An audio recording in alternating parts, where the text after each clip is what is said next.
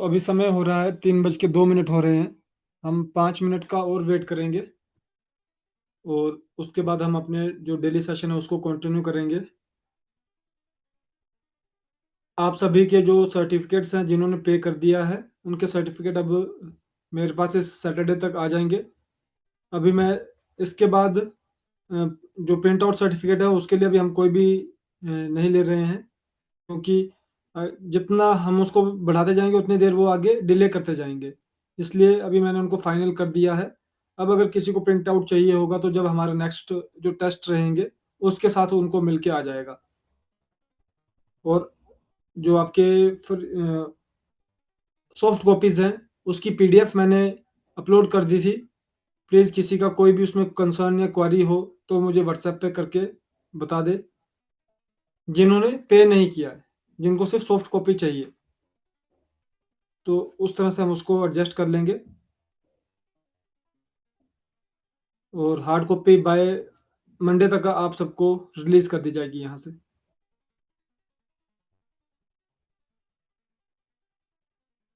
कल जो हमारा सेशन हुआ था उसमें हम जिस चार्ट बेस को स्टडी कर रहे थे, अभी हम स्कोरोफ्लोसो को एक बार कंप्लीट कर लेंगे। उसके बाद हम उस चार्ट को जो है फर्दर कंटिन्यू करेंगे, जिसके अंदर जेनेटिक्स है, फिर आपका टेम्परामेंटल है, कैसे आपका ऑक्सीजन साइकिल का life cycle base oxygen cycle, then carbon cycle, nitrogen cycle, इस तरह से वो सारी चीज़ें। और लास्ट में एक बहुत ही ब्यूटीफुल सा इलेक्ट्रो होम्योपैथी एंड होम्योपैथी के बीच का डिफरेंशिएशन का भी चार्ट है उसके अंदर। तो जब हम एक बार अपने स्कोरोफ्लोसो ग्रुप को कंप्लीट कर लेंगे तो उस चार्ट को एक बार दोबारा कंटिन्यू करेंगे।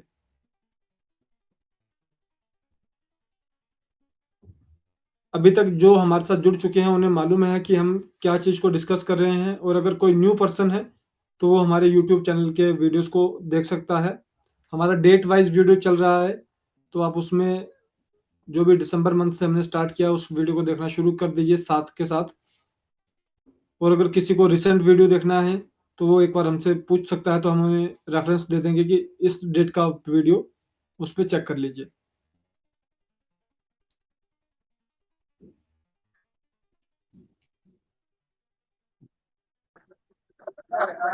सर नमस्ते। जी नमस्कार जी। सर जैसे एक क्वेश्चन है हमारा कि S1 जो है वो लिम्फेटिक टेम्परामेंट के वालों के लिए जी है ना, जी जी। और S2 संगुइन टेम्परामेंट के लिए है।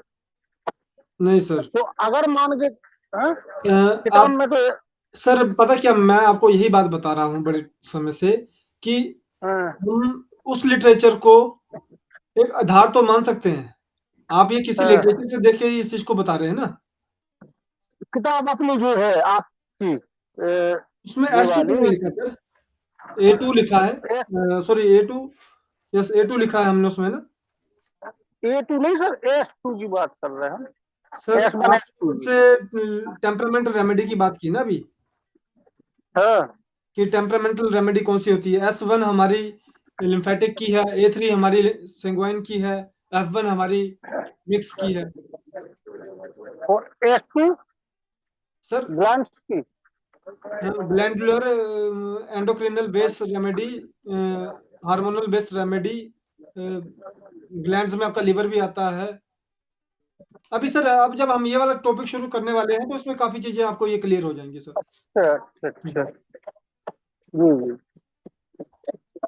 बहुत कठिन है इलेक्ट्रो होम्योपैथी। सर वो आपके लिए कठिन है सर, क्योंकि अभी तक आप उसको कर नहीं रहे हैं। अभी सिर्फ आप सीखने की सुनने की कोशिश कर रहे हैं। जिस दिन आप उसको करेंगे उस दिन आपके लिए कठिन नहीं रहेगी सर।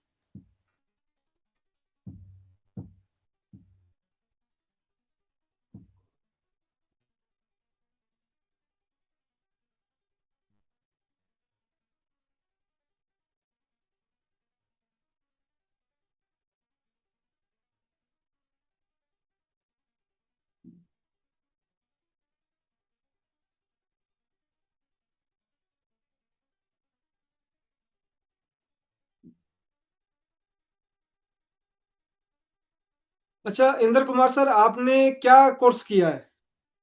आपने ईएच का कोर्स किया है वैसे कोई? स्टार्ट करेंगे। एक बार फिर से आप सबका जुड़ने के लिए बहुत बहुत धन्यवाद। हम काफ़ी पर्सन जुड़ चुके हैं।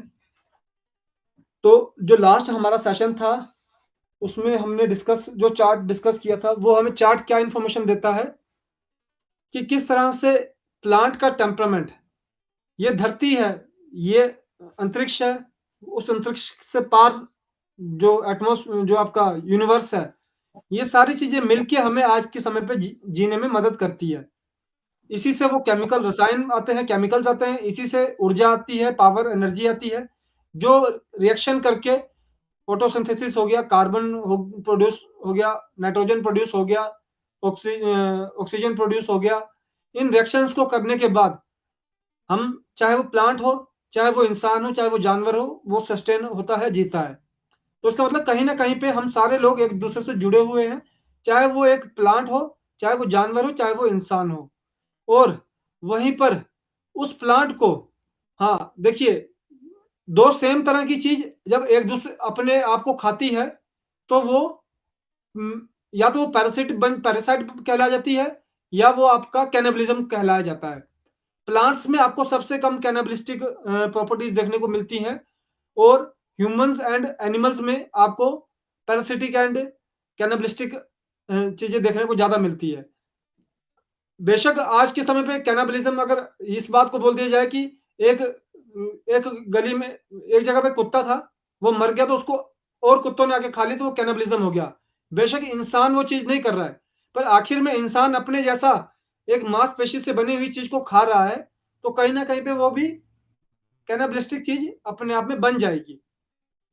तो पर इंसान को न्यूट्रल करने के लिए पौधा है, और पौधे को न्यूट्रल करने के लिए इंसान है।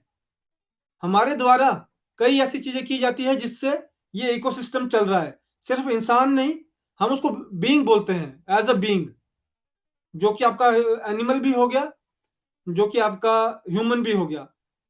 आज के समय पे जो जंगल बनते हैं, उसके अगर आप प्री हिस्टोरिक वैल्यू पे जाएंगे, या उसको आप स्टडी करेंगे, तो आप पाएंगे कि किसी समय पे किसी हाथी, किसी जानवर की माइग्रेशन की वजह से वो जंगल क्रिएट हुए।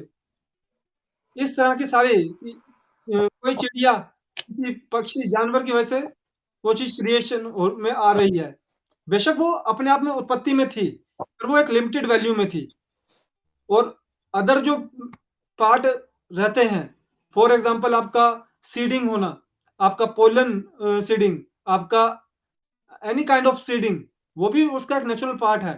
पर फिर भी 50 to 60% जो आपका बीइंग, एज अ बीइंग, चाहे वो ह्यूमन बीइंग हो, चाहे वो एनिमल बीइंग हो, उसका प्लांट्स के लिए रोल, और हमारे में भी उल्टा, हमारे में ज्यादा 80 to 90% हमारा जो रोल है, वो आपका प्लांट्स का है। तो उन प्लांट्स, जब और इसीलिए जब हम कभी बीमार होते हैं, तो हमारे शरीर को सही करने का भी जो काम करता है, वो प्लांट ही करता है। कभी किसी ने सुना कि जानवर का मांस खा लो तो उस बीमारी से सही हो जाएगा वो? तो इसलिए प्लांट्स, जो हमारी बुक है, ये प्लांट्स को हमारे टेम्परामेंट से जोड़कर चलने वाली बुक है। इसकी स्टडी से, अभी जब हमने लास्ट टाइम S1 पढ़ा, तो S1 में उसके 5 जो थे वो कॉमन प्लांट्स थे, और वन जो, सॉरी, 5 आपके S1 to S12 के कॉमन प्लांट थे, 2 आपके अनदर सम रेमेडीज के कॉमन प्लांट थे, और एक इसका यूनिक प्लांट था। जब हमने इसके प्लांट्स को स्टडी किया, 9 प्लांट्स को हमने स्टडी किया, तो ये पाया कि 9 में से 7 प्लांट्स की जो नेचर थी, अभी हम मेटाबॉलिक रेट के ऊपर इसमें डिस्कस कर रहे हैं, तो वो लो मेटाबॉलिक रेट की तरफ को, और मिक्स में लो की तरफ को ज्यादा शो कर रही थी वो नेचर। पर इसके एक प्लांट ने उसके मेटाबॉलिक रेट को चेंज करके हाई पे ला दिया, जो कि उसका यूनिक प्लांट था। तो इसी तरह से मैंने लास्ट, हमने जब इससे पहले भी हमने जब मटेरिया मेडिका को जब स्टडी कर रहे थे, तो उसमें भी हम पूरे प्लांट्स को स्टडी करते थे, रेमेडीज के। और उस रेमेडी के प्लांट को स्टडी करने के बाद हम डिस्कस करते थे हर रेमेडी के यूनिक प्लांट को, और उस रेमेडी के यूनिक प्लांट की वजह से उस पर्टिकुलर रेमेडी की नेचर क्रिएट होती है। ओके, उस पर्टिकुलर रेमेडी के यूनिक प्लांट की वजह से पर्टिकुलर रेमेडी की नेचर क्रिएट होती है। S1 आपकी यूनिवर्सल रेमेडी है। S1 में जो 8 प्लांट्स है वो यूनिवर्सल रोल कर रहे हैं, पर S1 का जो यूनिक प्लांट था उसमें मोस्ट उसने जो फोकस किया वो GIT को फोकस किया, एंजाइम बेस और आपका एंडोक्राइनल एक्सोक्राइनल बेस, और साथ में उसने उसको जोड़ दिया नर्वस सिस्टम और आपका ब्लड से, हल्का सा ब्लड से। तो इस तरह से वो आपका S1 क्रिएट हो गया। और एंड ऑफ ऑल में S1 आपकी लिम्फेटिक चैनल पर्सन की, लिम्फेटिक डोमिनेंट पर्सन के अंदर भी यूज होने वाली, लिम्फेटिक प्योर लिम्फेटिक की तो मास्टर रेमेडी है ही है, और जब हम लिम्फेटिक डोमिनेंट को देने वाले हैं तो वहां पे हम F1 और S1 का यूज करने वाले हैं। तो आज हम स्टडी करेंगे S2 का। S2 का जो कॉमन प्लांट है, उसके हम जो कॉमन प्लांट्स है उसकी हम स्टडी कर चुके हैं पहले लेक्चर्स में। आज हम स्टडी करेंगे यूनिक प्लांट्स की। S2 का जो यूनिक प्लांट है वो है लाइकोपोडियम कैल्वेंटम। कॉमन नेम है उसका कॉमन क्लब मोस, कॉमन क्लब मोस। अब हम इसकी प्रॉपर्टीज पे थोड़ा सा जाएंगे। राइट साइडेड रेमेडी, अभी तक जो चल रही थी वो लेफ्ट साइडेड रेमेडी थी, अब जो रेमेडी आई है वो राइट साइडेड रेमेडी आई है। ये थोड़ा सा आपका जो लो मेटाबॉलिक रेट वाले पर्सन है उसकी तरफ को ये ज्यादा इशारा कर रही है।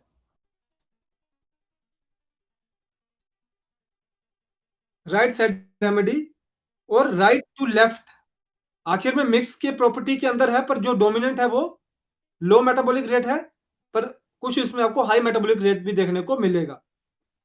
उसके बाद अबव टू डाउनवर्ड, इसका मतलब कि जो इसका प्रॉपर्टी लेवल है वो एकदम से हाई से लो की तरफ को आता है, चाहे वो एनर्जी क्रिएशन हो, चाहे वो बॉडी रेजोल्यूशन हो, चाहे वो डिजीज रेजोल्यूशन हो, वो पहले एकदम से स्ट्रॉन्ग वर्क करेगा, उसके बाद वो थोड़ा सा डाउन की तरफ को आना शुरू करेगा।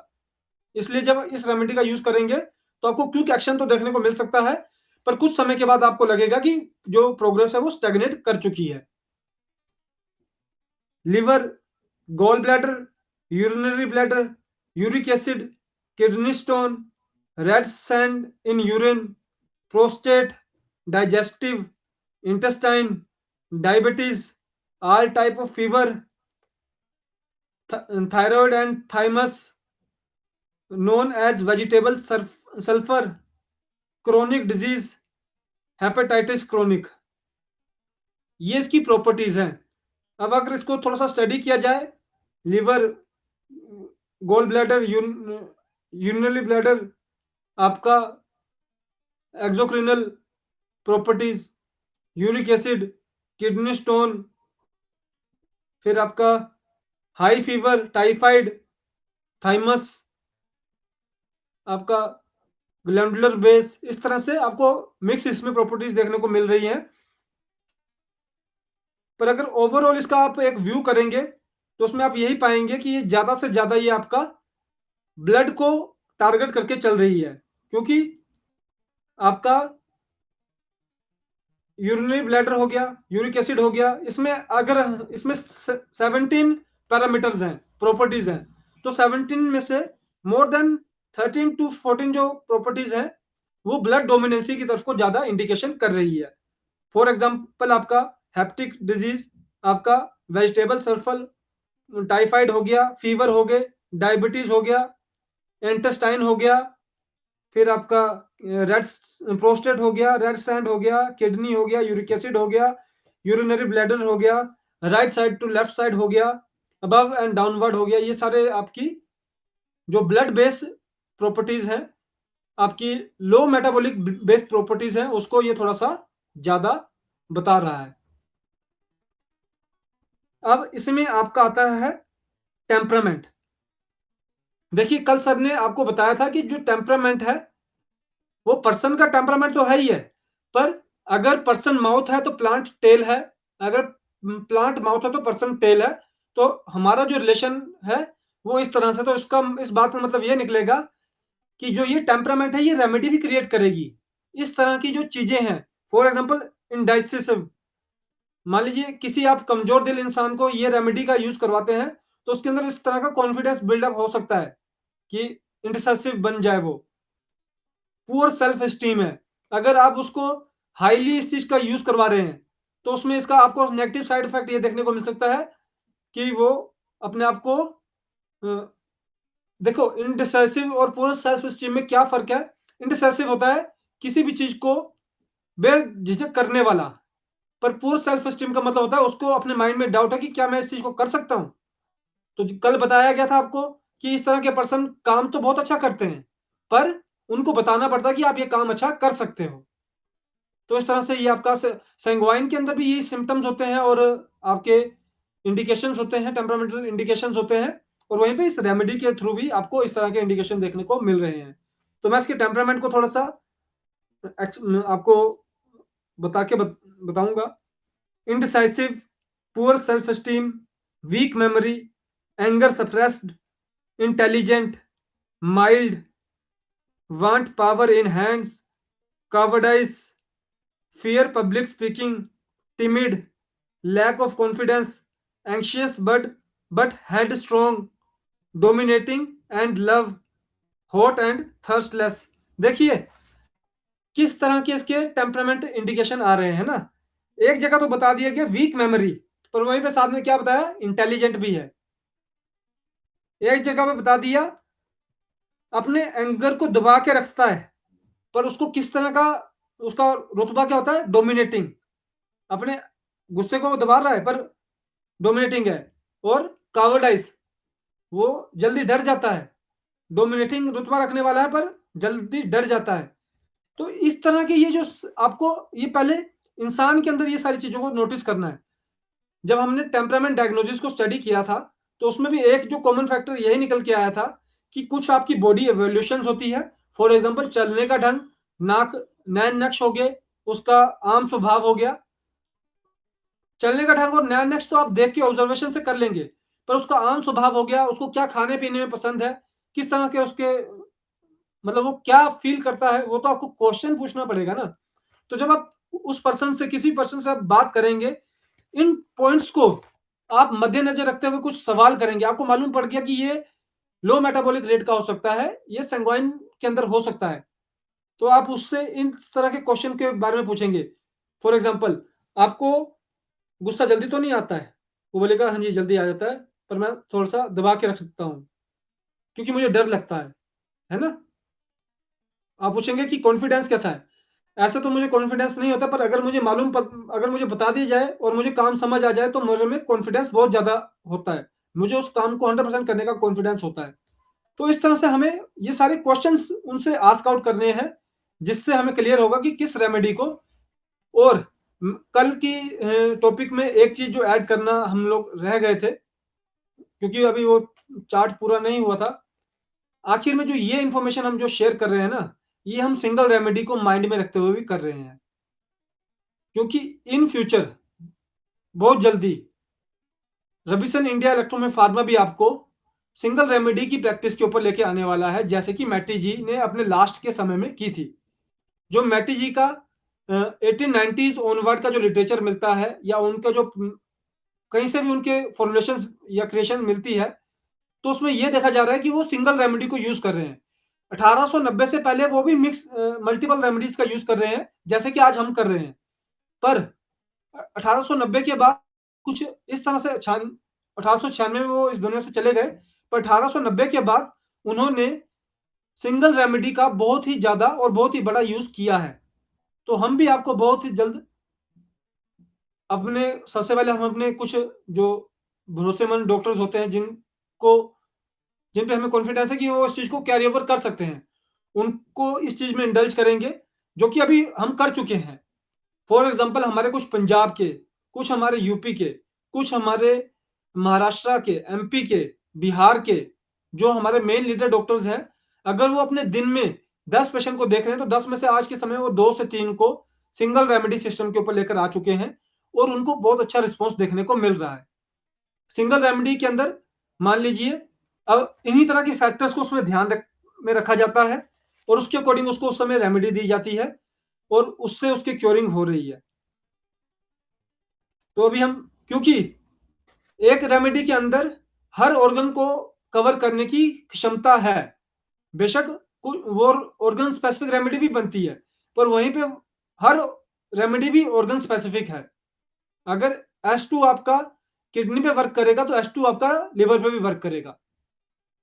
तो ये खूबसूरती इस सिस्टम को बनाने वाले ने और इस सिस्टम के अंदर है। इसकी डिस्पोजिशन जो है वो ग्लैंडुलर बेस है। अभी जैसा कि मैंने आपको ऊपर जो प्रॉपर्टीज बताई, तो उसमें ज्यादा किस चीज का यूज हो रहा है? ग्लैंड्स का। ज्यादा उसका प्रभाव किसके अंदर जा रहा है? ग्लैंडुलर बेस प्रभाव जा रहा है। इस तरह के पर्सन के अंदर स्लीप जो होती है वो ज्यादा स्लीप नहीं होती है। अगर होगी भी तो जब वो उठेगा तो वो थका हुआ महसूस करेगा या डरा हुआ महसूस करेगा। और जो सपने होते हैं वो थोड़े से डरावने या फिर अचानक से किसी चीज का घटना के होने वाले तरह के सपने उसमें देखे जाते हैं इंसान के अंदर। उस पर्सन को उस समय आप ये रेमेडी दे सकते हैं। इसका यूज जो है वो S2 के अंदर ही है, सिर्फ इस प्लांट का। तो आप ये भी इस इंफॉर्मेशन में लिख सकते हैं कि ये प्लांट जो है 114 से, जो ये आपला प्लांट कॅमेरा बंद करून ठेवला पुन्हा म्हणता S2 के अंदर है। Sorry sir.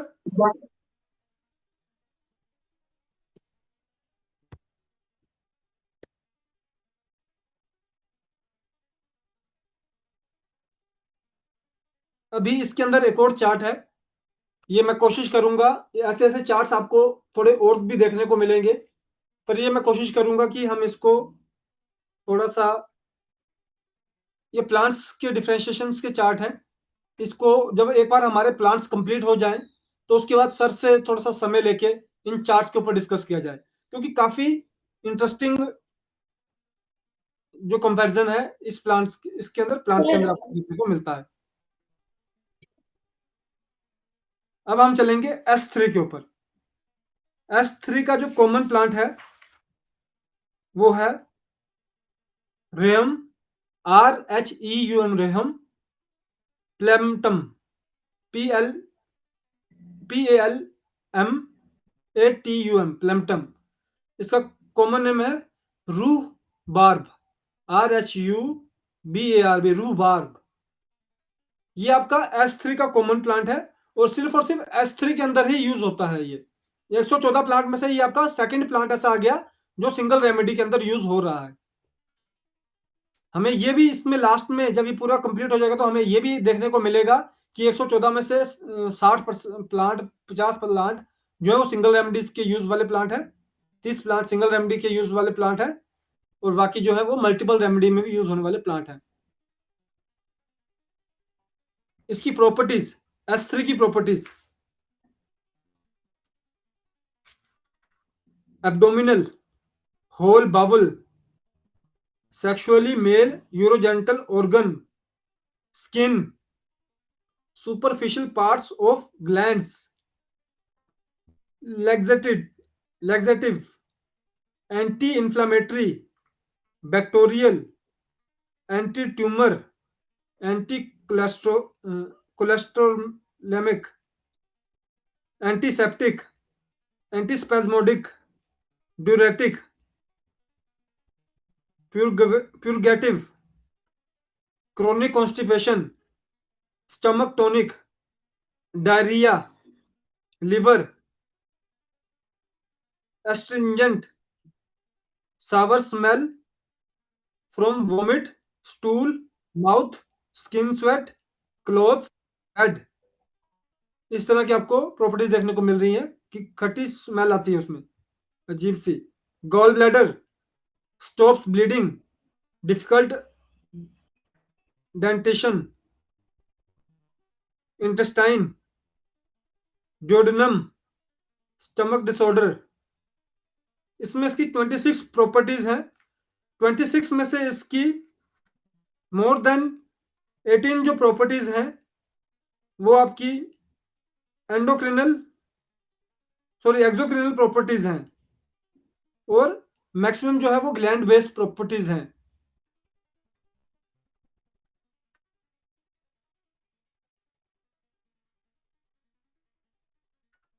तो ये आपका एंडोफॉल में हम इसको मेल पर्टिकुलर मेल रेमेडी को भी यूज करते हैं as a mail remedy.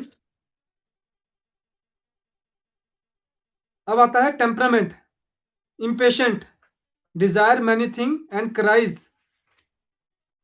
Obstinate for particular object, restless, weeping, crossing, sourness in nature, sourness in habit, sourness in face look. इसके जो आउटपुट है वो ज़्यादा, जो हाई मेटाबॉलिक रेट है उसके अंदर इसके आउटपुट जो है वो ज़्यादा देखने को आपको मिल रहे हैं। तो ये मिक्स के अंदर ही रहेगा पर हाई मेटाबॉलिक रेट के अंदर डोमिनेंट इसका आएगा। डिस्पोजिशन जो है कि किस चीज से आप पता करवा, एकदम से पता चला सकते हैं कि ये चीज है इसके अंदर, वो है सावर स्मेल, कि खट्टी स्मेल। आप इससे पूछ सकते हैं, इस तरह के पर्सन से पूछ सकते हैं कि क्या आपको ऐसा तो नहीं खट्टी टेस्ट आ रहा है, खट्टी स्मेल आ रही है, सोते हैं पसीना आता तो तीखी सी गंध तो नहीं आती है। तो इस तरह के क्वेश्चन से आपको क्लियर हो जाएगा कि इसके अंदर आप S3 का यूज कर सकते हैं। नेक्स्ट है हमारा S5। अब हम S5 के जो प्रॉपर्टीज के ऊपर जाएंगे। प्लांट है हमारा बारबेरिस वुल्गेरिस बर्बरी, बारबेरिस वुल्गेरिस बर्बरी, इसको कॉमन नेम है बर्बरी।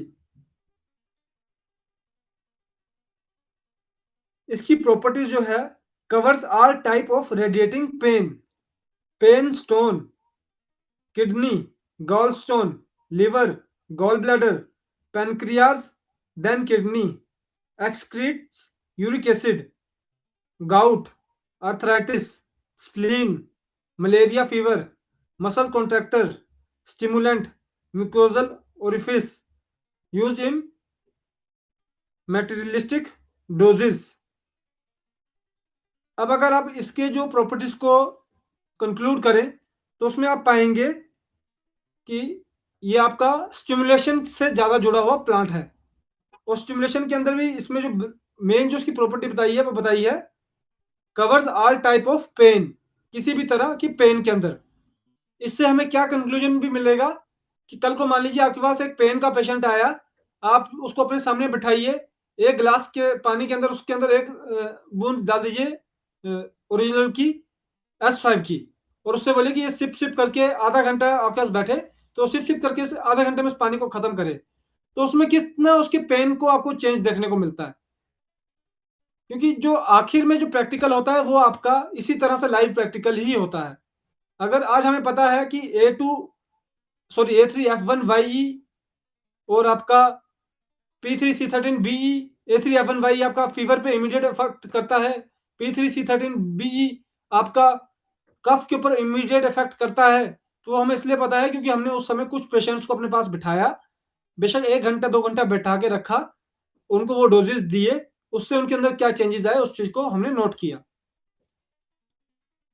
अब टेम्परामेंट के ऊपर अगर जाए हम, तो इसका भी जो टेम्परामेंट है, optimistic, courageous, mental sharpness and workaholic, ये आपका हाई मेटाबॉलिज्म की तरफ को ज्यादा इंडिकेशन कर रहा है। और अगर देखा जाए तो S5 हमारी मेनली लिवर के लिए यूज की जाने वाली रेमेडी भी है, तो उससे हाई मेटाबॉलिक होना भी थोड़ा सा संभाविक है। अब इसकी अगर डिस्पोजिशन देखी जाए कि किस चीज से हमें पता चलेगा कि इस रेमेडी का हमें एकदम से यूज करना चाहिए, तो वो है हमारा पेन रेडिएटिंग, कि पेशेंट आपको आके बता रहा है कि उसको बार बार दर्द होती है, पेन होती है। जब वो ये इंफॉर्मेशन आपके साथ शेयर करता है तो उससे आप उसको ट्रीटमेंट आगे कंटिन्यू कर सकते हैं।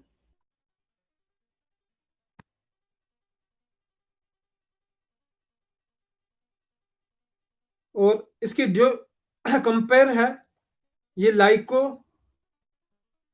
ये किस प्लांट के साथ आप इसको कंपेयर कर सकते हैं, लाइकोपोडम के साथ, कैंथ्रेसिस के साथ, ये आपको आगे प्लांट उसमें देखने को मिल जाएंगे जब हम इसको स्टडी करेंगे।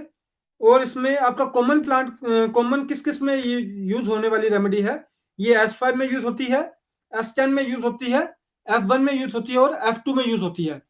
जब हमें किसी पेन को सबड्यू करना हो तो उसमें भी हम F1 और F2 का यूज करते हैं।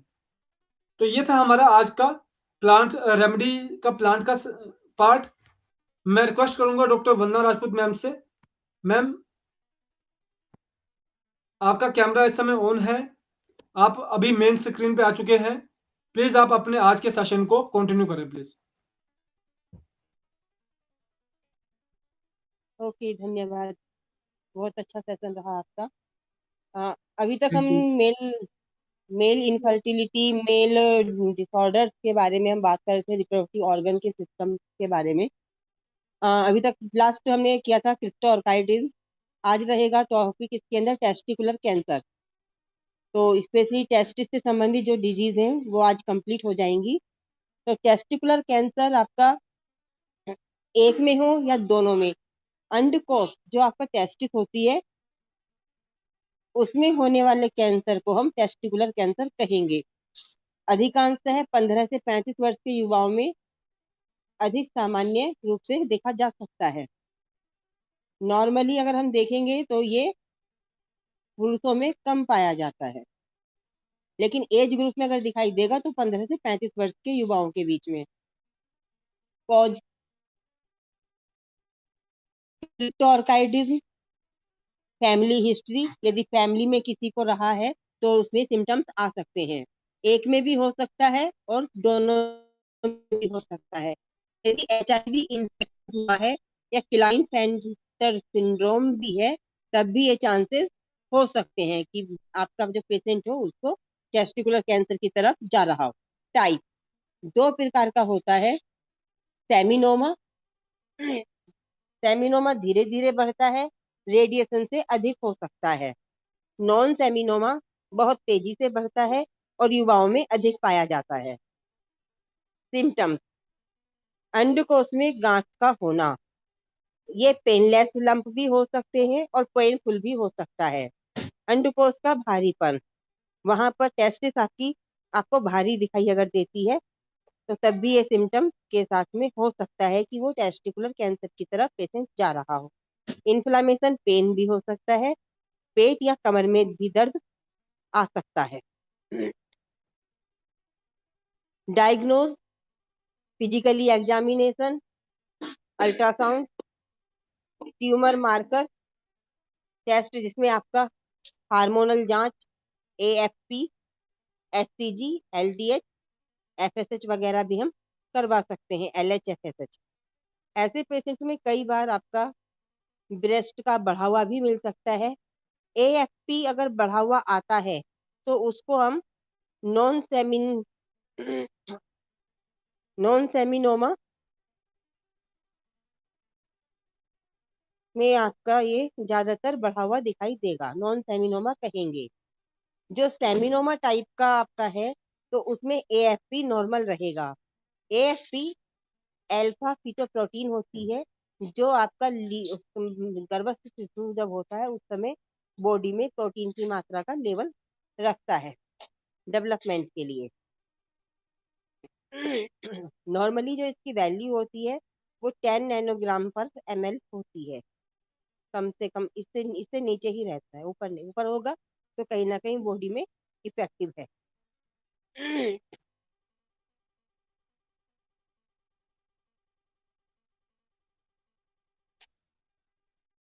CT स्कैन भी हम करवा सकते हैं। ये हमारे डायग्नोज का तरीका है। इलेक्ट्रोहोम्योपैथी में सबसे पहले तो आपने पल्स डायग्नोज करना है, फिजिकली एग्जामिन करना है, उसके बाद आपको जो लगता है तो वो आपको जो ये जो अल्ट्रासाउंड है या आपका हार्मोनल जांच है या ट्यूमर मार्कर जो स्पेशली जांच है और CT स्कैन है, ये आप साथ में करवा सकते हैं। पेशेंट को भी संतुष्टि मिलती है उससे। तो सबसे पहले हमारा, क्योंकि स्पेशली जो रेमेडी है चाहे वो किसी भी टाइप की रिप्रोडक्टिव ऑर्गन से संबंधित डिजीज है, तो आपने S3 और C3 ये आपने देनी ही देनी है। इसके अलावा कंडीशन के अकॉर्डिंग, और ऐसी कंडीशन में हमारा पॉइंट नंबर 22 मस्टली आपने वहां पर RE अल्टरनेट YE का उपयोग करेंगे या BE और GE का उपयोग करेंगे, जिससे आपके पेशेंट को रिलैक्स लाभ मिलेगा। सेंटर पॉइंट है तो WE का भी हम उपयोग करा सकते हैं। किसी का कोई क्वेश्चन है तो सर बता सकते हैं, कहीं पे कुछ समझ में नहीं आया हो तो आप बता सकते हैं। पॉइंट नंबर बोले हैं आपने, और इलेक्ट्रिसिटी में वहाँ पे अप्लाई है तो RE और क्या बोले आपने? देखिए, दो कॉम्बिनेशन मैंने बोले, RE और YE। पहले RE का उपयोग कराएंगे, 10 मिनट के बाद YE को लगाएंगे। और यदि RE YE नहीं है तो ब्लू इलेक्ट्रिसिटी और GE दोनों को 10 मिनट के अंतर से पहले पॉजिटिव। देखिए, जब भी हम इस तरह से कॉम्बिनेशन लेते हैं तो पहले अप्लाई पॉजिटिव इलेक्ट्रिसिटी का कराएंगे, उसके बाद निगेटिव इलेक्ट्रिसिटी का कराएंगे।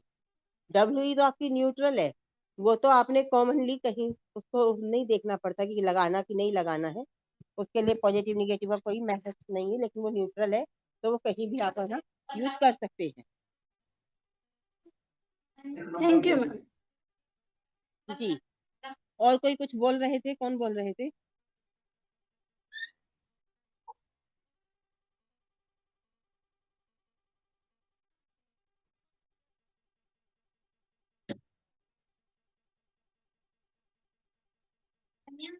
जो क्लाइनफेल्टर सिंड्रोम है, जिसके कारण भी आपको जो है ये सिम्टम्स आ सकते हैं, या टेस्टिकुलर कार्सिनोम, सॉरी, टेस्टिकुलर कैंसर हो सकता है। तो इस क्लाइनफेल्टर सिंड्रोम में क्या होता है, ये हमारा जो बॉडी डेवलपमेंट है, क्रोमोसोमल डिसऑर्डर का नाम दिया हुआ है, जिसमें XY की जगह, जो मेनली कॉमन आपका क्रोमोसोम होते हैं, मेल के अंदर XY होते हैं, तो XY की जगह पर एक X एक्स्ट्रा होता है क्रोमोसोम में, डबल XY। तो उसके कारण आपको यहाँ पर दिखाई देगा, क्योंकि ये जब डेवलपमेंट होता है, मियोसिस, सेल्स डिवीजन होता है, मियोसिस होता है, उसके अंदर नॉन डिसजंक्शन की स्थिति पैदा करता है, और एक्स्ट्रा X क्रोमोसोम की उपस्थिति के कारण ऐसा होता है। जिसके इसका जो विशेषताएं है, इसके क्लाइनफेल्टर की जो फीचर्स है, वो नॉर्मली हाइट बढ़ा देता है, टेस्टोस्टेरोन हार्मोन की मात्रा कम होती है, इनफर्टिलिटी भी ज्यादा हो सकती है, कई बार आपका गायनेकोमेस्टिया, ब्रेस्ट में, चेस्ट में आपका बढ़ी भी होगा, या पेन भी आपको दिखाई दे सकता है, बॉडी हेयर ज्यादा हो सकता है, फेशियल एंड बॉडी हेयर हो सकते हैं, कम हो सकते हैं, और लर्निंग डिफिकल्टी भी कई केसेस में सामने आती है। तो ये हमारे रिस्की फैक्टर थे जो टेस्टिकुलर कैंसर को दर्शाने के लिए हेल्पफुल हमें है। Any more question sir?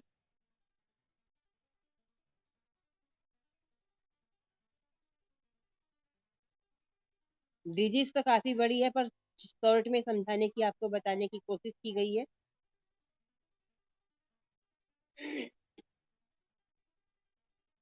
Ma'am मुझे लगता है कि क्वेश्चंस, बहुत बहुत अच्छे से समझ में आया है, जी नहीं वो नो डाउट, और इसका भी मैं आपको नोट डाउन करके ये मैं आपको जो है फॉरवर्ड कर देंगे, आपको फिर जैसे अपलोड करना वो आप कर देंगे। जी। और नेक्स्ट टाइम जो, मैं आपको एक इंफॉर्मेशन और दे दूं, जो नेक्स्ट टाइम जो हमारा जो टेस्ट होगा ना, वो प्योरली ऑनलाइन होगा।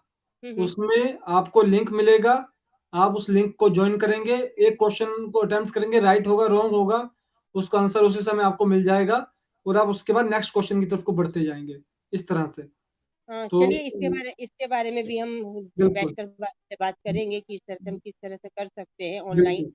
क्योंकि जी ऑनलाइन में मैं समझता हूँ कि 60+ ही हमारे कैंडिडेट रहते हैं, जी तो बिल्कुल। हर एक को मौका मिलना चाहिए।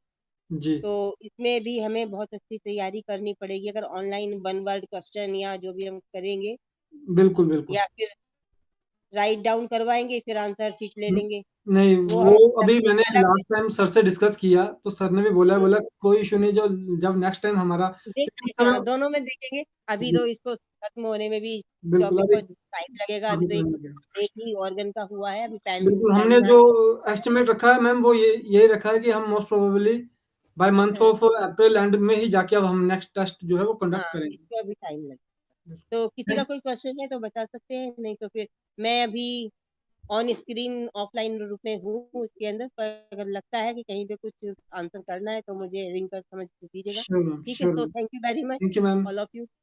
Thank you.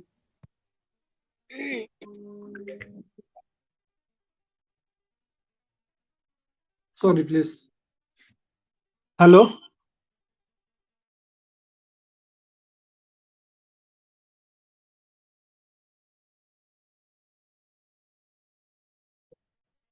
Ram ji sir, जी सर। वो सर बुक हिंदी में आ रहा है कि इंग्लिश में आ रहा है सर? सर वो इंग्लिश में है सर। हिंदी में नहीं लॉन्च हुआ है सर? नहीं सर, ये जो आपका बुक है हमारा, जी। Temperamental indication, temperamental and psychological indication वाला, ये इंग्लिश में है सर बुक पूरा। हिंदी में लॉन्च होने का उपाय अभी तक कोई उपाय नहीं है सर? सर मोस्ट प्रोबेबली जब ये हमारा नेक्स्ट प्रोग्राम होगा अक्टूबर नवंबर मंथ में, तब तक में शायद से इसका हिंदी वर्जन भी आ जाएगा। और तब तक जब जब इसकी ये एक बार ये पूरी जो हमारे पता नहीं अराउंड 3000 की कॉपीज इसकी बनी है, तो जब ये एक बार पूरी खत्म हो जाएंगी तो नेक्स्ट में हम कोशिश करेंगे कि इस तरीके वैसे से हिंदी भी रखा जाए। जो ये प्लांट बुक है डॉक्टर साहब, वैसे भी ये बहुत इजी लैंग्वेज में है, जी आसानी से बिल्कुल पढ़ सकते हैं। बिल्कुल। बहुत सारी जो चीजें होती हैं उसको हिंदी करके भी पढ़ना बहुत मुश्किल हो जाता है, इसलिए आप कोशिश करें कि इसको भी समझने की। बाकी देखते हैं कि हिंदी वर्जन भी जल्द से जल्द बुलाया जाए इसका। इसका एमआरपी कितना है सर? इसका एमआरपी है सर 700 अराउंड, या 700 रुपीज है। ये ऑन कॉस्ट ही मिलती है सर। ये आप इस साल प्रोग्राम में नहीं आए थे ना? आए थे सर, नहीं लिए थे। उसमें आपके बैग में नहीं थी ये वाली बुक? अच्छा सॉरी, इस बार नहीं हमने आई सर। वो दूसरी दी है, हमने सीक्रेट ऑफ मैटी दी है। मोटा मोटा वाला सर बुक है उसमें। हाँ, उसमें सीक्रेट ऑफ मैटी दी है जी। जी। चलिए कोई इशू नहीं है। आप एक बार बलराम जी को बोलिएगा, वो आपको प्रोवाइड करवा देंगे। इतनी भी मतलब कोई मुश्किल इंग्लिश नहीं है, सिंपल सी इंग्लिश है। और जी। मेन क्या है, चीजों को बताया है। मतलब जैसे मैंने अभी तक आपको जितने भी शब्द बोले, उसमें हमने सिम्टम को ही बताया ना। अगर मान ली 10 चीजें क्या डिस्कस किया है, तो 10 में से 7 8 तो हमें समझ आने वाली बातें ही हैं। एक दो जो ऐसी होती है जिसको हमें सर्च करना पड़ता है ना। तो मैं कोशिश करूंगा कि नेक्स्ट लेक्चर्स में उस चीज को मैं खुद से भी थोड़ा सा आपको हिंदी में ही प्रोवाइड करवाऊं, जो समझ और सर नहीं। आपका वो जी पेमेंट सर जो 100 जाता है उसका स्कैनर सर नहीं हमको मिला सर। स्कैनर एक बार डाल दीजिएगा थोड़ा कष्ट करके सर। सर, अभी ना एक्चुअली क्या है कि अब उन्होंने सर्टिफिकेशन के लिए भेज दिया है। अब प्रिंट आउट हमारे आ जाएंगे अभी। तो मैं कोशिश करूंगा कि अब जब नेक्स्ट हमारा टेस्ट होगा ना, उसके आसपास जी। आप मुझे बताइएगा, तो उस समय मैं आपका इसका सर्टिफिकेट जो है प्रिंट आउट करवा दूंगा। ठीक है सर। ठीक है सर। जी।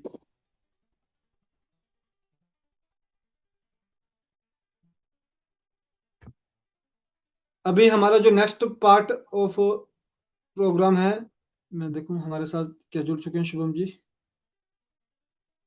वो भी जल्दी कनक जुड़ सर, जाएंगे हमारे साथ।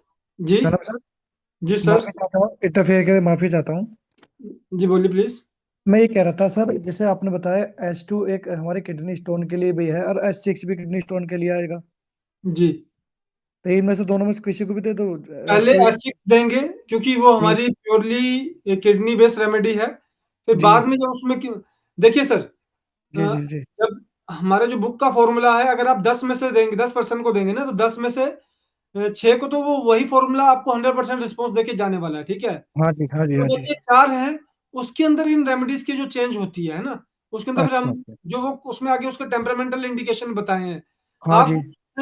कंपेयर कीजिए, आपको लगता है कि ये ज्यादा हावी लग रहा है इसके अंदर, तो आप उस तरह हाँ, से उस रेमेडी को जोड़ दीजिए। क्योंकि ठीक है जी। S2 के साथ साथ आपका S3 का भी कई जगह पे किडनी स्टोन के लिए यूज किया जाता है, जी जी जी। पर वो उसकी कंडीशन के अकॉर्डिंग ही है ना। ठीक है जी, ठीक।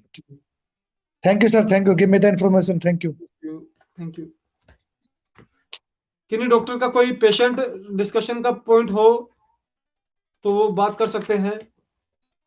अभी हमारे पास कुछ समय है लेक्चर के बीच का।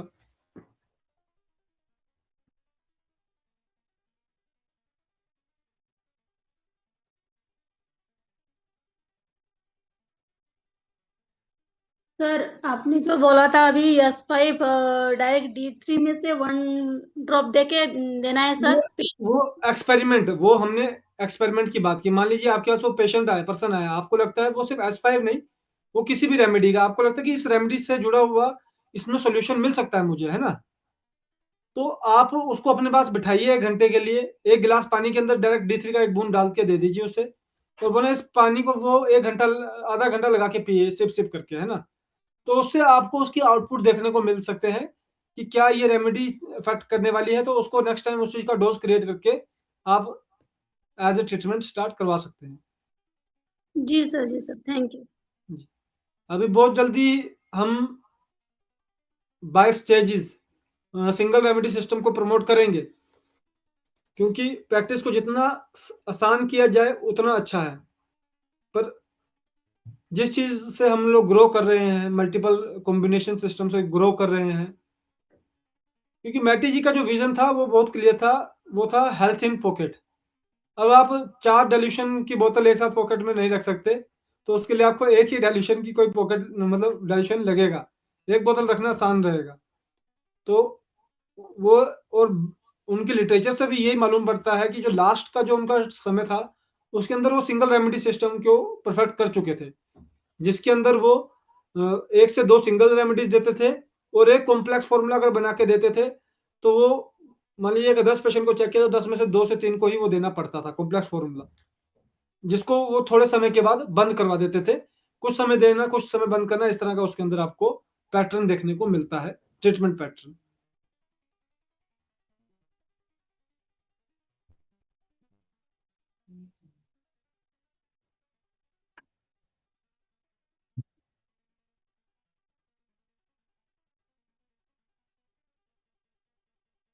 शुभम, आप हमारे साथ जुड़ चुके हैं।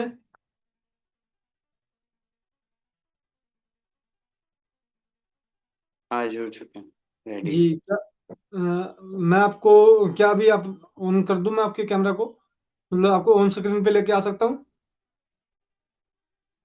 कर सकते, बस 2 मिनट बस लगेगा। Sure sir, sure sure. जैसे ही आप कंफर्टेबल होते हैं, आप अपना सेटअप क्रिएट करते हैं, फिर हम ऑन स्क्रीन पे आपको ले आएंगे।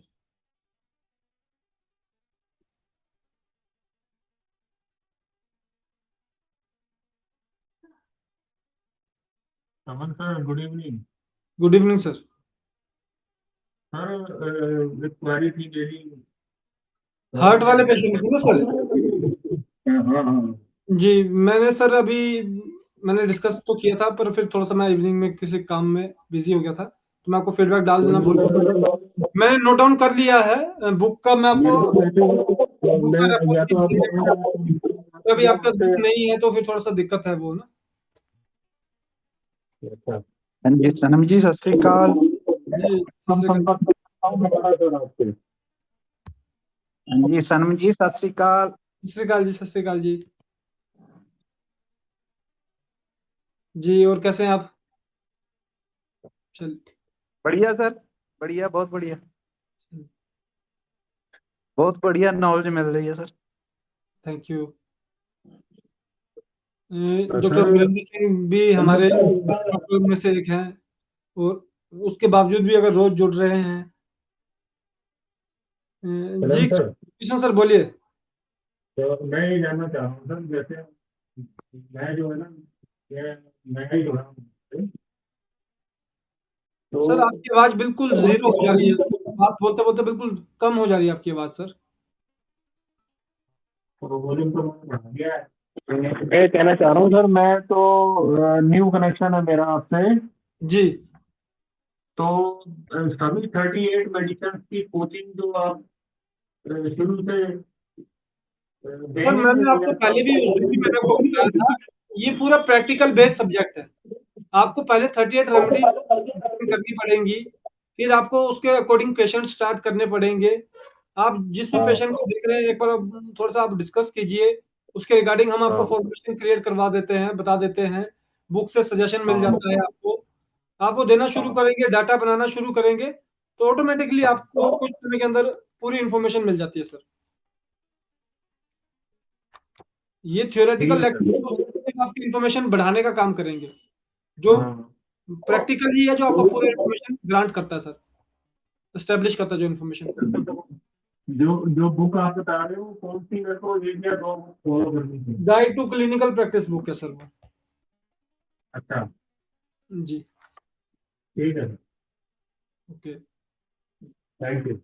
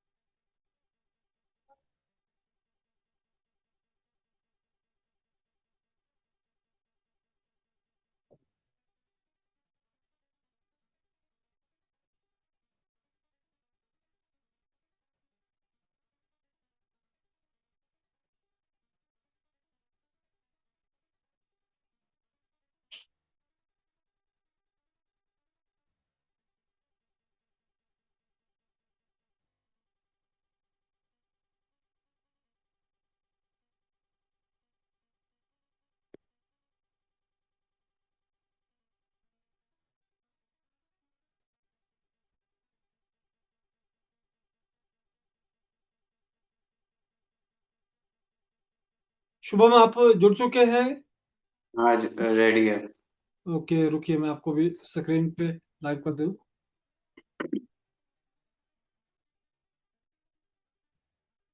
ओके शुभम, आप इस समय स्क्रीन पे लाइव हैं।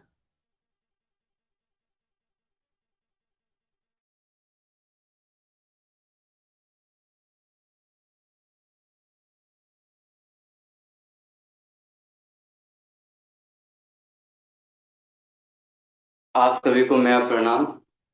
पिछले क्लास में हम लोगों ने पढ़ा था कि एक्सचेंज ऑफ गैसेस कैसे होता है, और आज हम लोग मैकेनिज्म देखेंगे। और पहले पिछले कुछ रिवाइज कर लेते हैं जल्दी से। तो कल हम लोगों ने पढ़ा था कि जो हम लोग नॉस्ट्रिल से इनहेल करते हैं O2, तो वो नसल पैसेज में जाता है, फिर फेरिंग्स में जाता है, फिर लैरिंग्स में जाता है जो वॉइस बॉक्स आपका है, उसके बाद ट्रैकिया में जाता है, उसके बाद ट्रैकिया डिवाइड करता है ब्रोंकाई में जो लेफ्ट और राइट लंग्स में जाता है, फिर वो डिवाइड करता है ब्रांच लाइक स्ट्रक्चर में जिसको हम लोग ब्रोंक्यूल्स बोलते थे। पहली बार जो डिवाइड करता है उसको प्राइमरी ब्रोंक्यूल्स कहते हैं, जो दूसरी बार डिवाइड करता है सेकेंडरी, और जो थर्ड बार और आखिरी बार डिवाइड करता है उसको हम लोग बोलते थे टर्सरी ब्रोंक्यूल्स। और ये जो ब्रोंक्यूल्स है इसी से अटैच हमारा एल्वोलाई रहता था, जिसको हम लोग फंक्शनल यूनिट ऑफ लंग्स भी कहते थे। मतलब मेन फंक्शन एल्वोलाई का ही हमारे लंग्स में होता है। क्यों? क्योंकि ये गैसियस एक्सचेंज करवाता है, मतलब O2 को देता है और CO2 को लेने का काम करता है। और फिर हमारा जो एल्वोलाई है वो 300 मिलियन एल्वोलाई हमारे लंग्स में है। और हमारा जो लंग्स है वो एक लेयर से कवर है जिसको हम लोग कहते हैं, एक मिनट, हाँ, हमारा जो लंग्स है वो एक लेयर से प्रोटेक्ट है जिसको हम लोग बोलते हैं प्लूरल लेयर। और इसके अंदर एक फ्लूइड भरा हुआ है या फिल किया हुआ है जिसको हम लोग कहते थे प्लूरल फ्लूइड। ये क्या करता है, जो हमारे जो लंग्स का जो मूवमेंट होता है तो उसमें फ्रिक्शन को रिड्यूस करवाता है। मतलब किसी चीज से घर्षण की वजह से हमारे लंग्स डैमेज ना हो, इसके वजह से इसमें एक प्लूरल फ्लूइड होता है और प्लूरल लेयर। उसके बाद हमारा जो लंग्स था वो सामने से प्रोटेक्ट, जो एक स्केलेटल सिस्टम बोन प्रोटेक्ट करता है जिसका नाम है स्टर्नम, और साइड से मतलब लेटरली जो करता था वो रिब्स करता था, और जो पीछे से करता था वर्टिब्रे जिसको हम लोग बैकबोन भी कहते हैं। और नीचे एक मसल प्रेजेंट था डायफ्राम, जो हम लोग इनहेल और एक्सहेल करते थे तो वो भी मूव उसके साथ मूव करता था। नॉर्मल जो वो रिलैक्स था तो इस पोज में था। फिर जब वो कॉन्ट्रैक्ट करता था वो इस पोज में आ जाता था डायफ्राम, जिसको हम लोग डायफ्राम कहते थे। डायफ्राम हमारे लंग्स के साथ मूव करता है और ये सब मिलकर के हमारे लंग्स को बचाता था। उसके बाद हम लोग आगे देखेंगे जो हमारा एल्वोलाई था, जो बैलून लाइक स्ट्रक्चर था।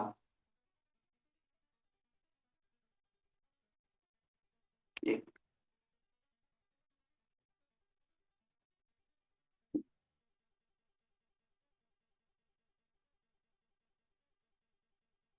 ये जो हमारा एल्वोलाई है इसके ऊपर ये जो जिस टिश्यू का बना होता है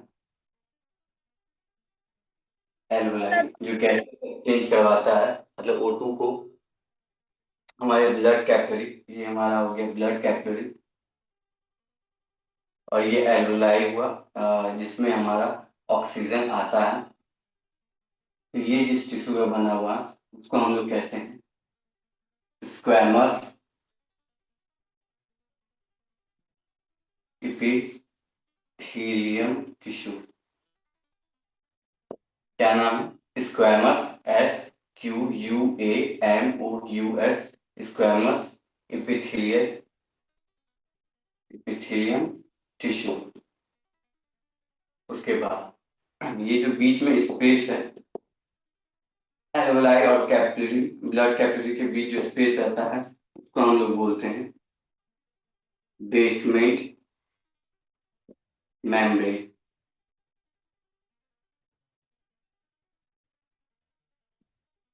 ये जो बेसमेंट मेम्ब्रेन है, BASEMENT, बेसमेंट मेम्ब्रेन, ये एल्वुलाई और ब्लड कैपिलरी के बीच का स्पेस है। इसी बेसमेंट मेम्ब्रेन से ही होते हुए O2 और CO2 एक्सचेंज करता है।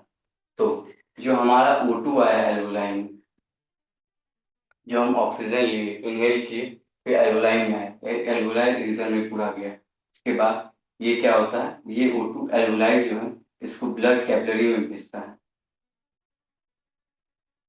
और इसमें ब्लड कैपिलरी में हमारा ब्लड फ्लो करते रहता है, और ब्लड में ही हमारा हीमोग्लोबिन प्रेजेंट होता है।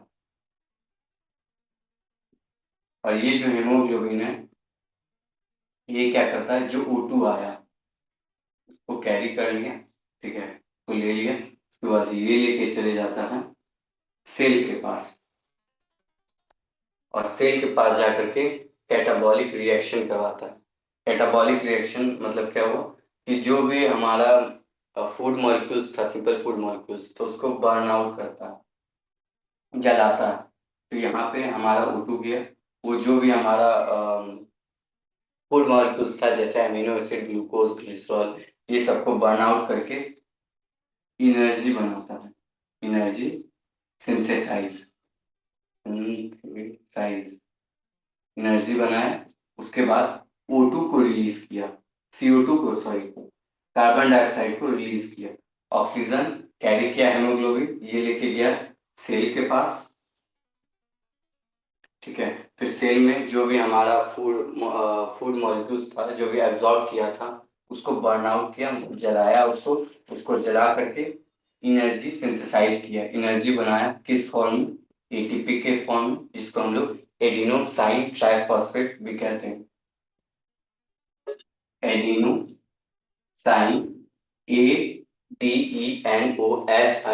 ADENOSIN, adenosine triphosphate.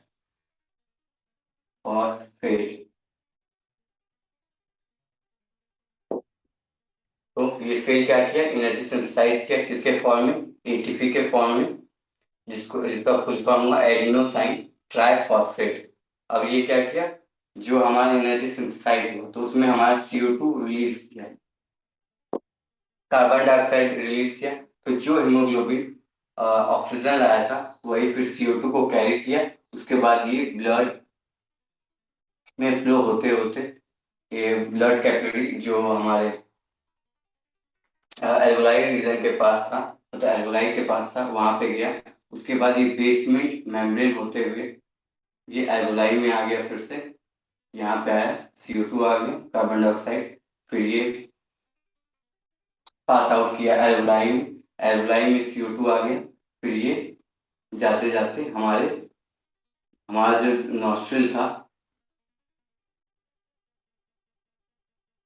फिर नॉस्ट्रिल से हमारा रिलीज आउट हो गया, मतलब जो कार्बन डाइऑक्साइड था जो हमारा ब्लड कैपिलरी में था, ये पास आउट किया किसको, एल्वुलाई रीजन को, एल्वुलाई में गया, या एल्वुलाई से होते हुए हमारे नॉस्ट्रिल से बाहर निकल गया। तो जो हमारा यहाँ पे जो बर्नआउट हुआ, एक मिनट, जैसे ग्लूकोज है,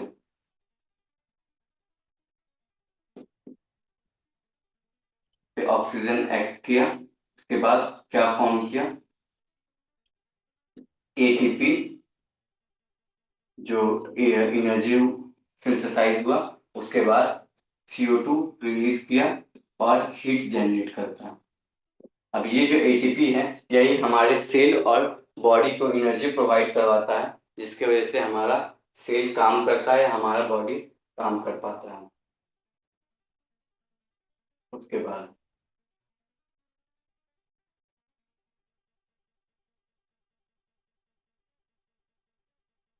अब जो हम लोग सांस लेते और छोड़ते हैं, मतलब कि जैसे ऑक्सीजन इनहेल किए, ठीक है, और फिर एक्सहेल किए कार्बन डाइऑक्साइड एटमॉस्फेयर में, तो ये जो छोटा प्रोसेस है इसको हम लोग पल्मोनरी वेंटिलेशन भी कहते हैं। पल्मोनरी हम लोग लंग्स को कहते हैं साइंटिफिक नेम है। तो जो हम लोग इनहेल किए ऑक्सीजन एटमॉस्फेयर से, फिर हम लोग एक्सहेल किए कार्बन डाइऑक्साइड लंग्स से एटमॉस्फेयर में, तो इस प्रोसेस को हम लोग क्या बोलेंगे? पल्मोनरी वेंटिलेशन, ठीक है।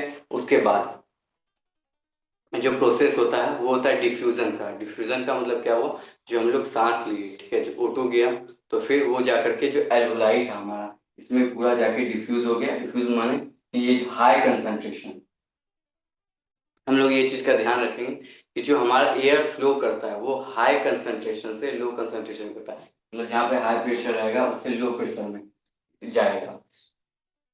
तो हमारा जो O2 गया वो एल्वोलाई में गया, उसके बाद फिर ये डिफ्यूज किया, उसके बाद ये क्या किया, ये इसको भेजा कि कहाँ?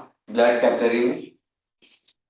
फिर ब्लड कैपिलरी में जो हेमोग्लोबिन था वो उसको ले जा करके सेल तक पहुंचाया, फिर हमारे फूड मॉलिक्यूल्स को बर्न आउट किया, उसके बाद CO2 रिलीज किया और ATP बना, मतलब एनर्जी सिंथेसाइज हुआ, एनर्जी बना और एनर्जी हमारे बॉडी को मिला। और जो CO2 है वो हीमोग्लोबिन फिर से लेके गया और एल्वोलाई में जाके छोड़ दिया, फिर एल्वोलाई से होते हुए वो हमारे नॉस्ट्रिल से CO2 कार्बन डाइऑक्साइड जो है वो बाहर निकल गया। उसके बाद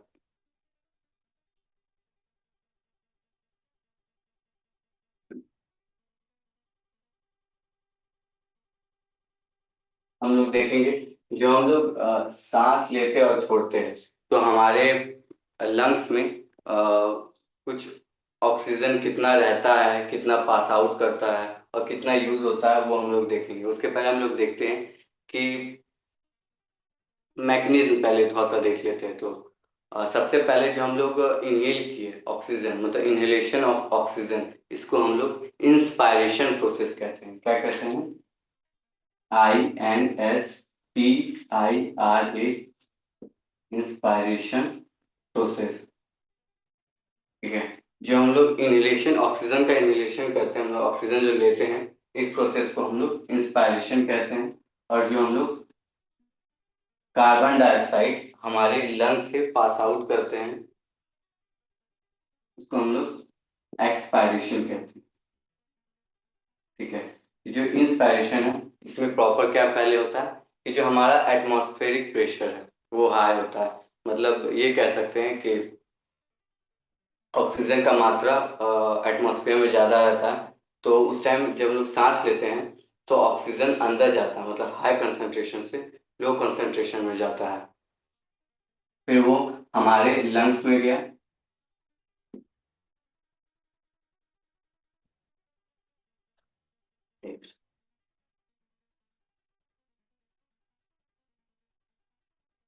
ये हमारे लंग्स में गया, ठीक है। तो जब हमारा ऑक्सीजन हमारे लंग्स में जाता है तो उस टाइम क्या होता है कि जो हमारा डायफ्राम है और लंग्स है वो कॉन्ट्रैक्ट कर जाता है ताकि वॉल्यूम बढ़ा सके और इसमें ऑक्सीजन भर सके। जब वॉल्यूम बढ़ जाता है तो इस टोटल प्रोसेस को हम लोग कहते हैं इंस्पायरेशन। मतलब क्या हुआ कि ऑक्सीजन हम लोग इनहेल किए, मतलब एटमॉस्फेरिक प्रेशर जब ज्यादा होता है तो वो हाई कंसंट्रेशन से, मतलब ऑक्सीजन तब हाई कंसंट्रेशन से लोअर कंसंट्रेशन में जाएगा, तो वो हमारे बॉडी में O2 गया। फिर उस टाइम क्या होता है हमारा जो थोरेसिक कैविटी है, मतलब जितना भी हमारा लंग्स हो गया, डायफ्राम हो गया,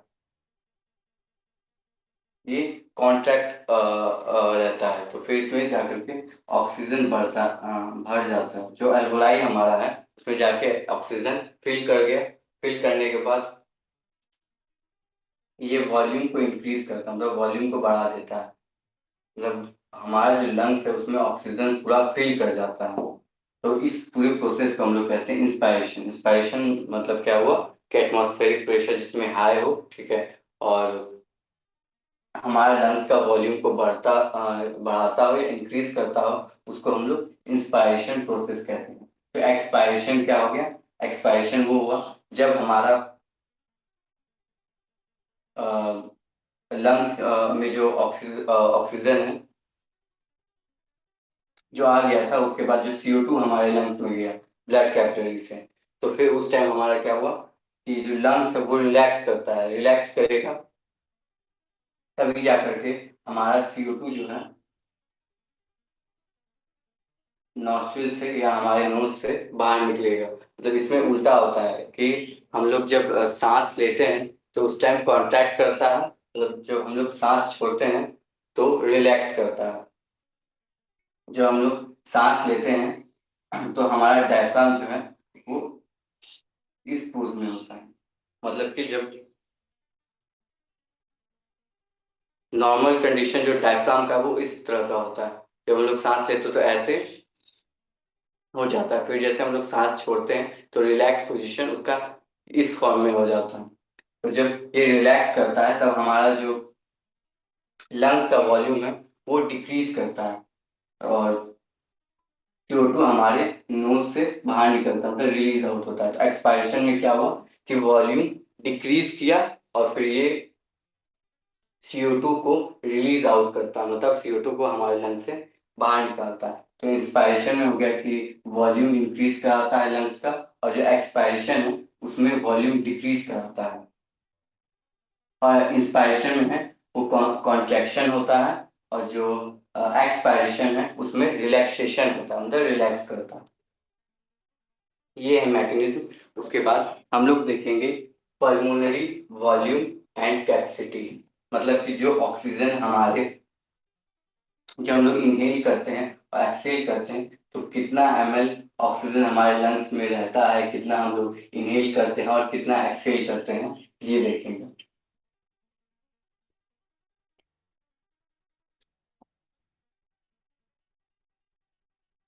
तो सबसे पहले हमारा है टाइडल वॉल्यूम। टाइडल वॉल्यूम क्या होता है? एक वॉल्यूम जो भी हम लोग सांस लेते हैं, ठीक है, जैसे हम लोग volume of air we can normally inhale and exhale। मतलब कि हम लोग जो नॉर्मल सांस लेते हैं और छोड़ते हैं तो उसमें जो हमारा ऑक्सीजन का वॉल्यूम हमारे लंग्स में आता है वो कितना आता है?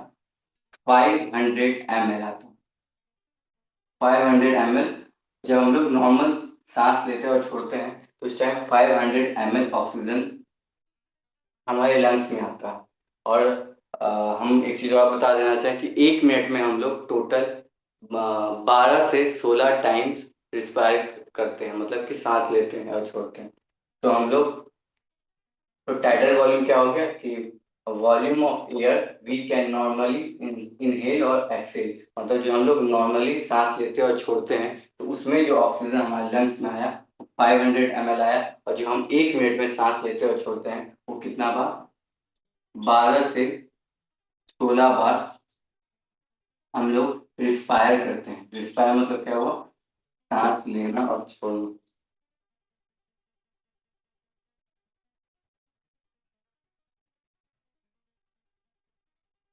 बारह से 16 बार हम लोग सांस लिए और छोड़े, तो 1 मिनट में, मतलब 1 मिनट में हम लोग 12 से 16 बार सांस लेते और छोड़ते हैं। तो 1 मिनट में हमारा टाइडल वॉल्यूम कितना हुआ? 12 × 500 और 16 इंटू 500 तो 6000 टू 8000 ml हमारे लंग्स में जो ऑक्सीजन फिल करता है। मतलब कि जो हमारा टाइडल वॉल्यूम है, जो हम लोग जिसमें हम लोग नॉर्मली सांस लेते और छोड़ते हैं, तो वो एक बार में 500 ml आता है। तो एक मिनट में कितना आया? 6000 से लेकर के 8000 ml हमारे लंग्स में एक मिनट में ऑक्सीजन का वॉल्यूम होता है जब हम लोग नॉर्मली सांस लेते और छोड़ते हैं। ठीक, तो पहला क्या हो गया? टाइडल वॉल्यूम, जिसमें हम लोग नॉर्मली सांस लिए और छोड़े, एक बार में 500 ml आया। तो एक मिनट में कितना? 6000 से 8000 ml आता है। हम लोग एक मिनट में कितने बार सांस लेते और छोड़ते हैं? 12 से 16 बार। उसके बाद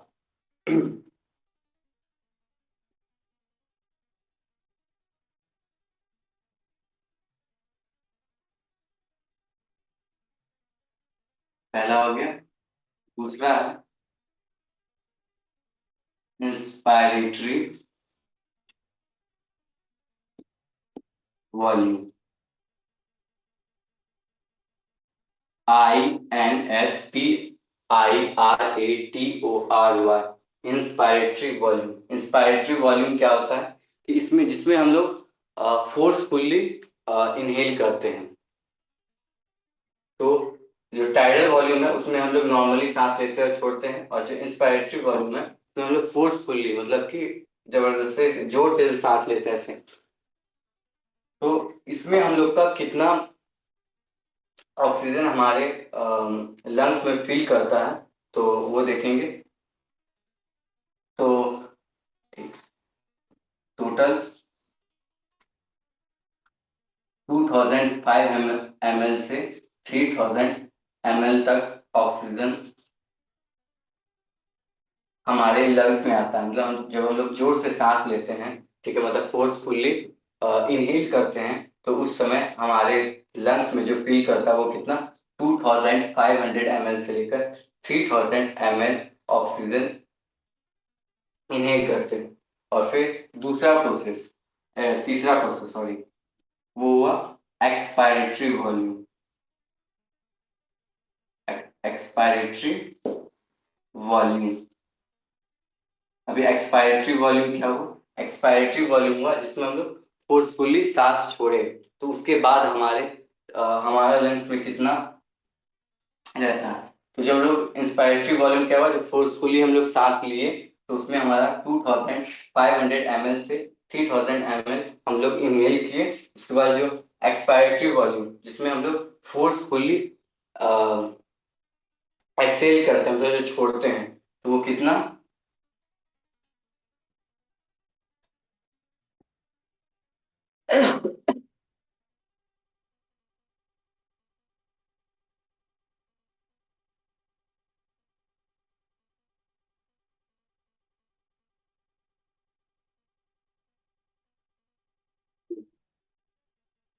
तो एक्सपायरेटरी वॉल्यूम है जिसमें हम लोग फोर्सफुली एक्सेल करते हैं, जो सांस छोड़ते हैं, वो 1000 ml से लेकर के 1000 ml से 1100 ml हम लोग एक्सहेल करते हैं, मतलब सांस छोड़ते हैं। जब हम लोग फोर्सफुली सांस लिए तो उसमें कितना ml आया? 2500 ml से 3000 ml ऑक्सीजन आया, ठीक है। उसके बाद एक्सपायरेटरी वॉल्यूम, एक्सपायरेटरी वॉल्यूम क्या हुआ? जो फोर्सफुली हम लोग सांस छोड़े तो उसमें कितना एक्सहेल हुआ, मतलब कितना बाहर गया? 1000 ml से लेकर के 1100 ml जो हमारा एयर है वो हमारे नोज से बाहर निकला। उसके बाद एक प्रोसेस आता है रेसिडुअल वॉल्यूम। रेसिडुअल वॉल्यूम, अब इसमें क्या होता है?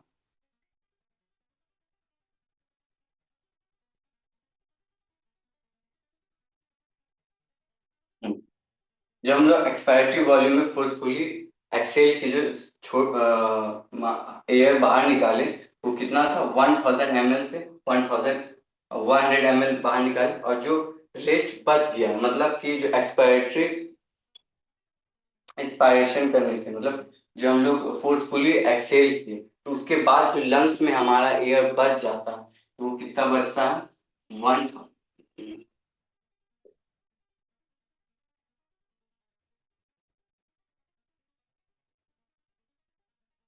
वो कितना बचता है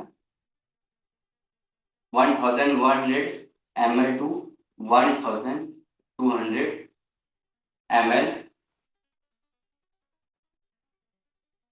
रेस्ट इन लंग्स। तो हम लोग फिर से देखेंगे, हम लोग देख रहे थे पल्मोनरी वॉल्यूम एंड कैपेसिटी। तो सबसे पहला प्रोसेस हम लोग देखे थे कि टाइडल वॉल्यूम, पल्मोनरी वॉल्यूम और कैपेसिटी क्या हुआ कि जो हम लोग कितना सांस लेते हैं, मतलब कितना ml सांस लेते हैं, कितना छोड़ते हैं और कितना हमारे लंग्स में बच जाता है जिससे रिस्पायरेशन प्रोसेस होता है। तो टाइडल वॉल्यूम सबसे पहला हम लोग देखे थे। तो volume of air we can normally inhale and exhale. जो हम लोग नॉर्मली सांस लेते हैं और छोड़ते हैं उसमें एक बार में 500 ml हमारा हम लोग इनहेल करते हैं। तो हम 1 मिनट में जो हम लोग सांस लेते हैं और छोड़ते हैं वो 12 से 16 बार सांस लेते हैं और छोड़ते हैं। तो टोटल 1 मिनट में हम लोग कितना बार सांस लिए और छोड़े, तो 6000 से लेकर के 8000, मतलब 1 मिनट में हम लोग 6000 से 8000 ml इनहेल और एक्सेल करते हैं। तो नॉर्मल लोग सांस लेते हैं और छोड़ते हैं। लेकिन जो दूसरा प्रोसेस है वो है इंस्पायरेटरी वॉल्यूम। इंस्पायरेटरी वॉल्यूम क्या कि जिसमें हम लोग जोर से सांस लेते हैं, मतलब फोर्सफुली इनहेल करते हैं। तो उसमें हम लोग कितना इनहेल किए 2500 ml से 3000 ml तक हम लोग इनहेल करते हैं। उसके बाद जो प्रोसेस है वो है एक्सपायरेटरी वॉल्यूम। एक्सपायरेटरी वॉल्यूम क्या हुआ कि जिसमें हम लोग फोर्सफुली एक्सेल करते हैं, मतलब जोर से सांस छोड़ते हैं। तो उसमें कितना 1000 ml से 1100 ml हम लोग सांस छोड़ते हैं। तो उसके बाद जो हमारे लंग्स में बच जाता है वो कितना, उसको हम लोग कहते हैं रेसिडुअल वॉल्यूम। तो हमारे लंग्स में जो एयर बच जाता है, जो स्टोर करता है कह सकते हैं, वो 1100 ml टू 1200 ml हमारे लंग्स पे बच जाता है। तो ये हम लोग देखे आज पल्मोनरी वॉल्यूम। अब कल देखेंगे हम लोग कैपेसिटी। आज के लिए इतना है, धन्यवाद। जय रविशन, जय मैट्रिक, जय इलेक्ट्रोपैथी। अगर किसी को कुछ डाउट है तो पूछ सकते हैं, नहीं तो हम लोग यहीं पे एंड करते हैं। फिर नेक्स्ट हम लोग आगे पिछले क्लास में पल्मोनरी कैपेसिटी पढ़ेंगे।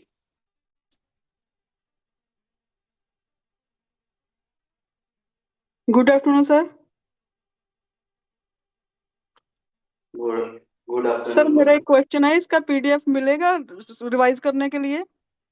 हाँ हाँ, इसका पीडीएफ आपको ये नोट्स के फॉर्म में प्रोवाइड करवा दिया जाएगा। Thank you sir. ठीक। समझने में कोई दिक्कत भी आई, अगर दिक्कत डाउट है कुछ तो आप पूछ सकते हैं, मैं एक्सप्लेन फिर से कर दूंगा। किन्हीं को दिक्कत भी आई समझने में? एक्चुअली जब पीडीएफ होता है ना, थोड़ा सा जो नोट्स बनाए होते हैं तो उससे रिवीजन भी हो जाता है और नोट्स भी क्लियर हो जाते हैं ना। तो कोई इशू नहीं, हम इनको आप जैसे आपका ये लेक्चर कंप्लीट होता है ना तो आप मुझे एक बार इसका पीडीएफ जरूर शेयर कर दीजिएगा, या नोट्स आपने ठीक। जैसे भी क्रिएट करने हैं आप शेयर कर दीजिएगा, उसको हम आगे शेयर कर देंगे अपने डॉक्टर्स के साथ। मतलब कि ये हर एक जो क्लास होगा उसका नोट्स ऐसे प्रोवाइड करवाना है या जब नहीं, कंप्लीट हो जैसा जाए? मैंने आपको बताया था कि आप सेगमेंट वाइज पूरा एक बार बना लीजिए, हाँ फिर आप मुझे प्रोवाइड करवा दीजिएगा। ठीक। जी ठीक है, आज के लिए तो इतना ही, फिर हम लोग आगे next Shubham sir, Shubham sir, हाँ एक सवाल पूछ सकता हूँ क्या? हेलो। हाँ बोलिए। हाँ, एक मेरा क्वेश्चन है, जैसे इंस्पायरेशन आपने 2500 से 3000 ml बताया, और एक सेकंड, आपकी आवाज एक सेकंड। हाँ क्या बोला, एक बार जोर से बोलिएगा, आवाज आपकी नहीं आ रही थी ठीक से। अच्छा जी, आपने इंस्पायरेशन वॉल्यूम जो है फोर्सफुली इनहेलिंग जो है 2500 से 3000 ml बताएंगे, हाँ और एक्सपायरेशन वॉल्यूम जो फोर्सफुली एनर्जी है वो 1000 से 1100 बताया, हाँ और रेजिडुअल बताया 1100।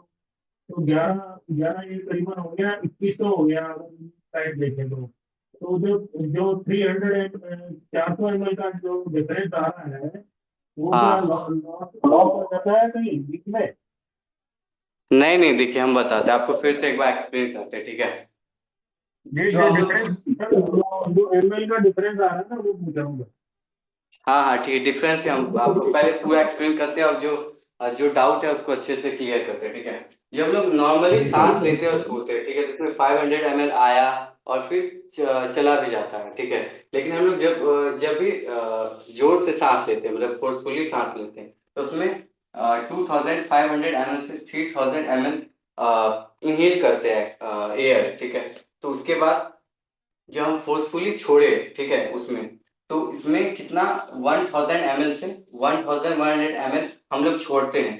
तो इसमें इसको माइनस करेंगे, ठीक है, इसमें इसको माइनस करेंगे, जो बचा, ठीक है, जो हम लोग का एयर बच जाता है हमारे लंग्स में स्टोर करता है, ठीक है, जिससे रिस्पायरेशन प्रोसेस होता है। मतलब नॉर्मली तो हम लोग जो सांस लेते हैं और छोड़ते हैं तो 500 ml आया, फिर 500 ml हमारा बाहर निकल गया। लेकिन जो हम लोग जोर से सांस लेते हैं तो उसमें हम लोग का जो एयर आता है वो 2500 ml से 3000 ml आता है।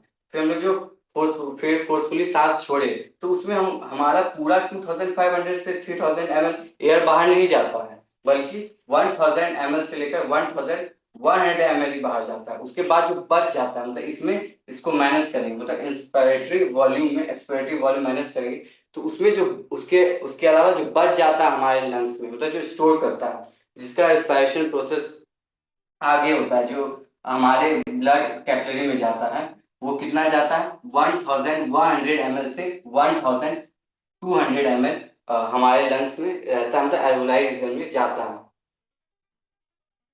समझे या फिर अभी भी डाउट है? हाँ हाँ, मेरा डाउट एडिटिव ही है।